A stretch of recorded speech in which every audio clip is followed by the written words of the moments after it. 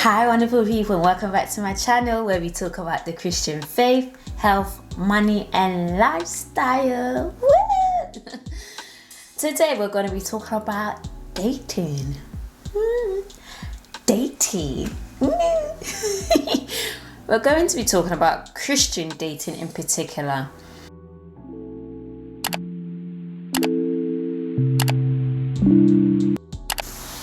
So we're going to talk about dating in terms of the Christian dating and how it differs from the worldly dating and how we can go about it in the right way. So let's get straight into it. I think it's important to differentiate the difference. So when it comes to Christian dating, it's about intentional dating. We are not meant to be dating for the sake of dating for the sake of dating. In terms of people just go out on dates for entertainment purposes, just to have a good time for the night, just to meet a new person, to get to know new people, make new friends. We're not about that. When it comes to Christian dating, it's very intentional. People may use the terminology courting or dating, but I'm going to use the word dating, but I also mean in terms of courting. So as Christians, our sole purpose of dating, courting, is to find a life partner, or is to decide if the person you're with has the potential to be your life partner. So before we go into the kind of tips that I have that helped me and could help you when it comes to finding your future spouse and things like that, the first and fundamental thing that people don't necessarily talk about, we talk about save yourself, don't have sex before marriage, don't waste your time with people if they're not Christian, but I think it's essential and fundamental to identify that even before you think about dating, because some people think that when they get married, marriage will bring happiness that they've been longing for. Marriage will bring the joy that they've been yearning for. Marriage will fulfill the void that they have in their hearts. And I'm here to tell you that it's a fallacy. It is a lie. It ain't gonna happen.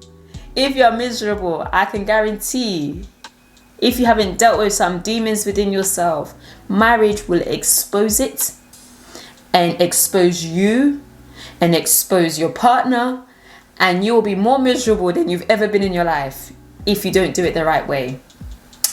So just go straight back into the fundamentals. First things first. One, I think it's very important that you know your value. Beyond not partaking in the sexual activities and all of that, you know your value. Know that God has created you. There's only one of you. You are precious to Him. And how a father looks at his daughter is how God our Father looks at you, and He cherishes you.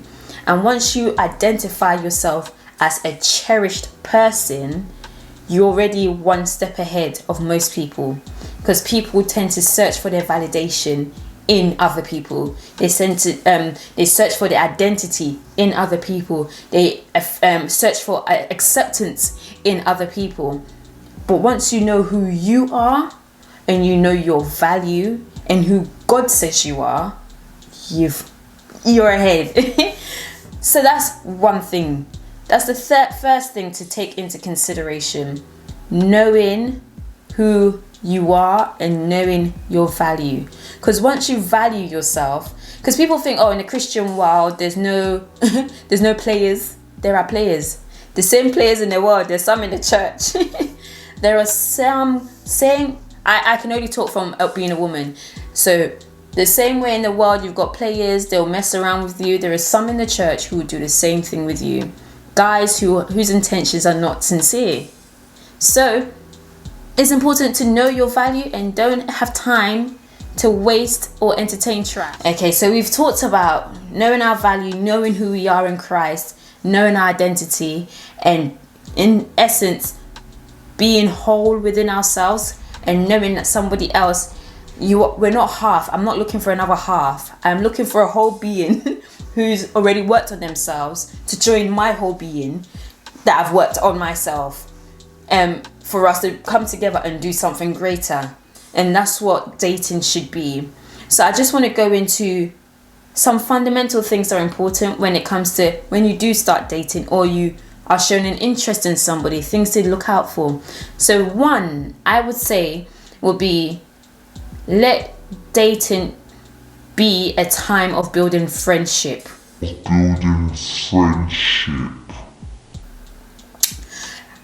People, when they like somebody, they say the word love is blind. Love will blind you. Love is blind sometimes. When you're infatuated by somebody, when you really like somebody, you tend to turn a blind eye to their flaws, and you tend to turn a blind eye to red flags. Red flags. You be like, oh, whatever, because I'm really infatuated. Because relationship starts with maybe infatuation. We as Christians try and avoid the terminology lust. So let's say infatuated by somebody, that you want to get to know them a bit more. So when you're infatuated, don't get blinded.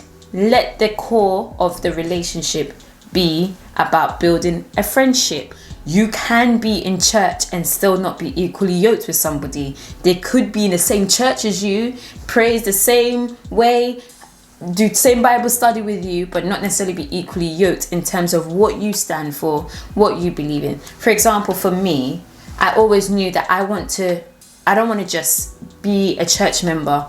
I want to serve God, maybe in the ministry of supporting my husband in the pastoring ministry, or possibly being a missionary in another nation. So I already knew whoever I date, they have to have the same vision, or they have to have the same level of mentality to an extent for us to even consider dating. So I'm going to cover the dating tips in two categories. So firstly, we're going to talk about, even before you start dating, what you should take into consideration or think about.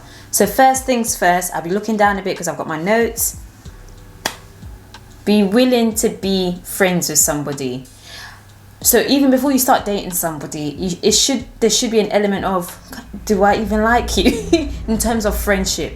You may be good looking, you may be fine, you may be a snack. But can we have a conversation? Can I see myself getting on with you even as a friend? Secondly, be honest. I think what people tend to do is they always want to please. Someone always said dating is all a lie. Even Christians do it. We put our best foot forward. And then we get married, and then I see your true colors. But be honest of your expectations. What are your expectations in a relationship?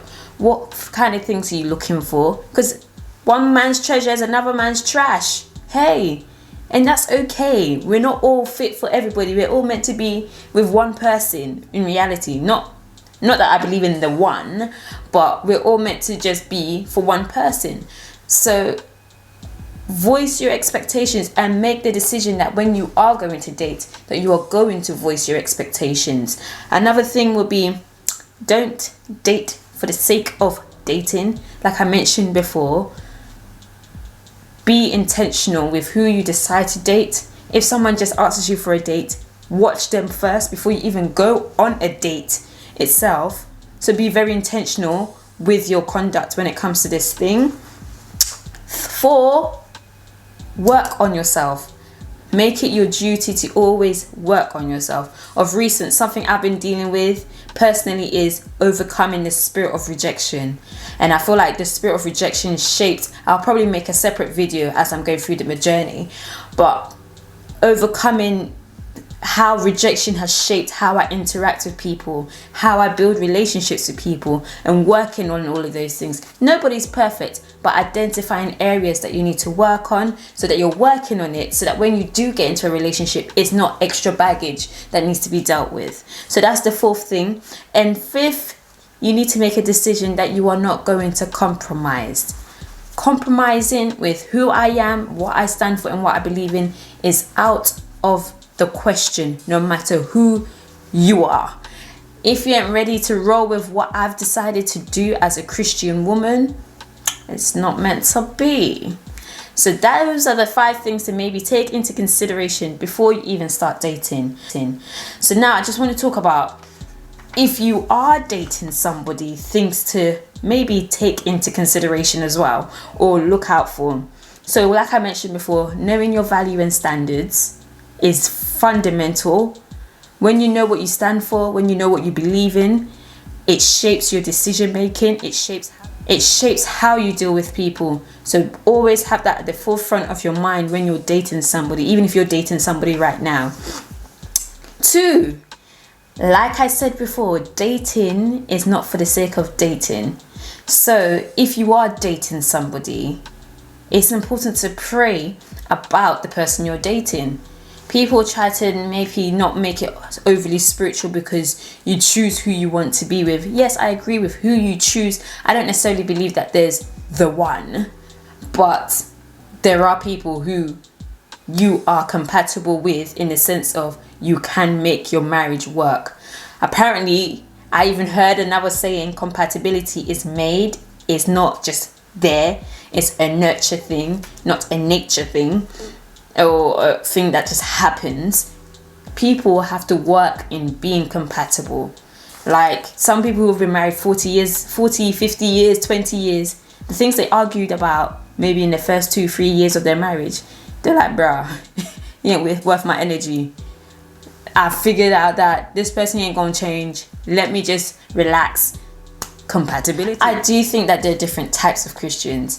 It's important to look beyond what somebody believes. We all believe in Jesus Christ. We all believe he died and rose up again. We all believe that he's the Son of God. We believe he's God in the flesh. Our beliefs may not be different, but our way we choose to live this Christian life can differ.